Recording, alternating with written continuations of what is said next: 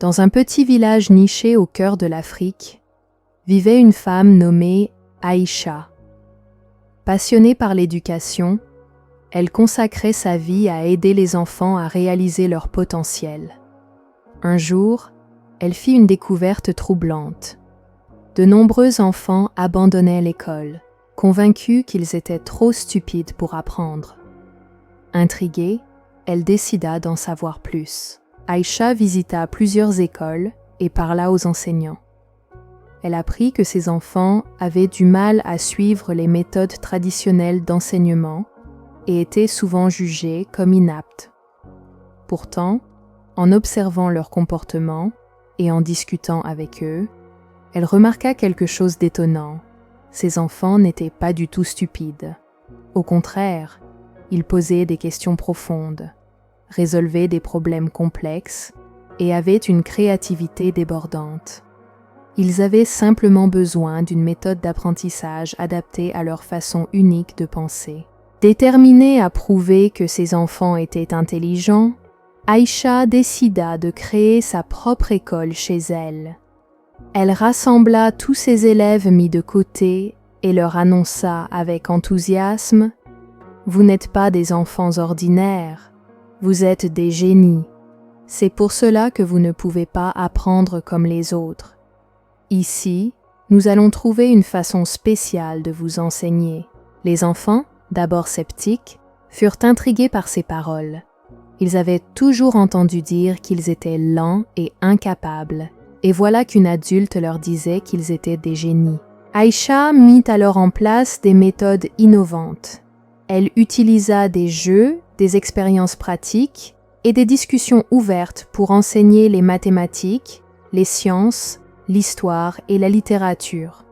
Plutôt que de les forcer à mémoriser des faits, elle les encouragea à réfléchir et à comprendre le pourquoi des choses.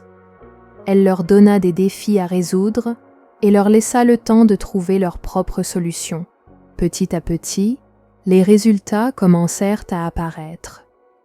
Un garçon nommé Moussa, qui avait été renvoyé de l'école pour son incapacité à suivre les leçons, démontra un talent incroyable pour les mathématiques. Il pouvait résoudre des équations complexes en quelques minutes, simplement en visualisant les nombres dans sa tête. Une fille appelée Fanta, considérée comme lente par ses enseignants, se révéla être une prodige en physique. Elle comprenait instinctivement comment les objets bougeaient et pouvait expliquer des concepts difficiles avec une simplicité étonnante. Chaque jour, Aïcha leur répétait qu'ils étaient spéciaux, qu'ils n'étaient pas comme les autres et qu'ils avaient besoin d'un enseignement particulier parce qu'ils étaient trop brillants. Son encouragement constant transforma leur vision d'eux-mêmes. Ils commencèrent à croire en leurs capacités et à développer une confiance inébranlable en leur intelligence. La rumeur de l'école d'Aïcha se répandit dans tout le village, puis dans les villages voisins. Des parents commencèrent à amener leurs enfants, espérant qu'ils puissent également bénéficier de cet enseignement révolutionnaire. Des enseignants, d'abord sceptiques, vinrent observer ces méthodes et furent stupéfaits de voir ces enfants autrefois considérés comme médiocres exceller à un niveau exceptionnel. Un jour, un inspecteur de l'éducation vint voir Aïcha. Il avait entendu parler de son école et voulait comprendre comment elle avait transformé ses élèves. Après avoir observé une journée de classe et parlé aux enfants, il déclara « Ce que vous faites ici est extraordinaire. Ces enfants ont un potentiel immense. Ils ne sont pas incapables. Ils sont simplement différents.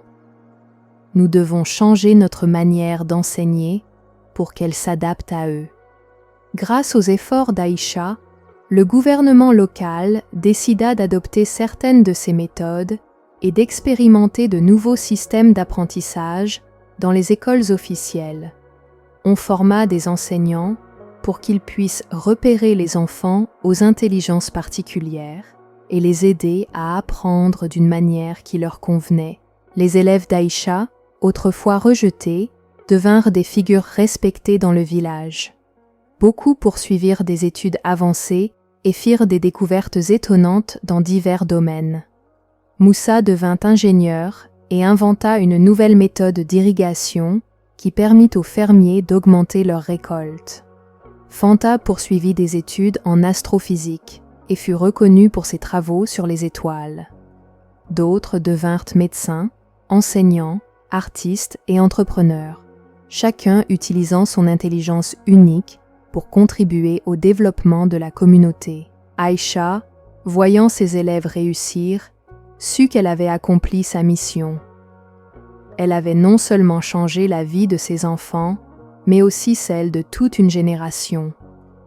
Son histoire devint une légende racontée dans tout le pays, rappelant à tous que l'intelligence ne se mesure pas uniquement par les critères traditionnels et que parfois, il suffit de croire en quelqu'un pour révéler son véritable potentiel.